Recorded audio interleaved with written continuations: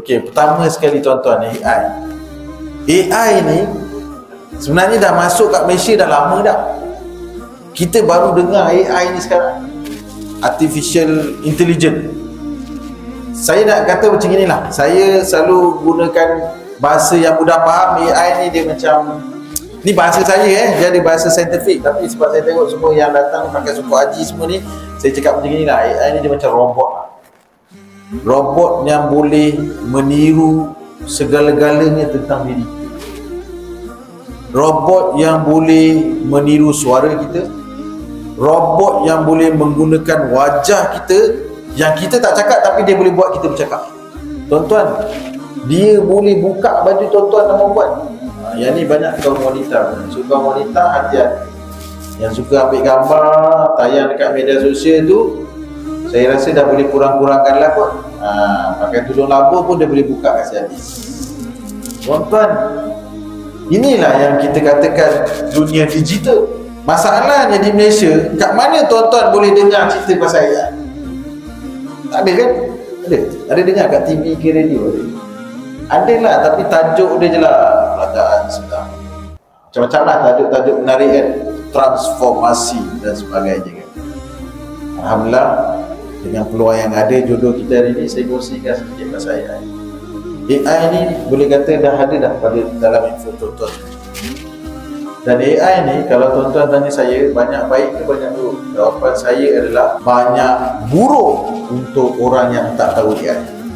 So tuan-tuan, tanya diri sendiri, tuan-tuan tahu tak AI? Tak tahu kan? Maknanya ada banyak keburukan.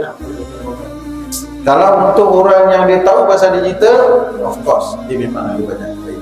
Ini dahsyatnya AI. Itu sebab ada video kita punya bekas Perdana Menteri kita bercakap, tapi dia tak cakap pun. Tuan-tuan, scammer tiru muka saya bercakap tentang promosi.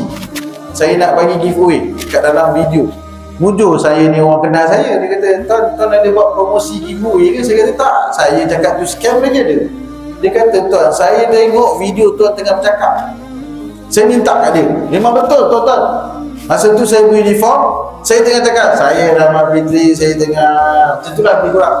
Tu saya tanya dengan mangsa yang dengar tu, saya tanya, cuba dengar suara saya betul-betul. Suara saya tak sama dalam.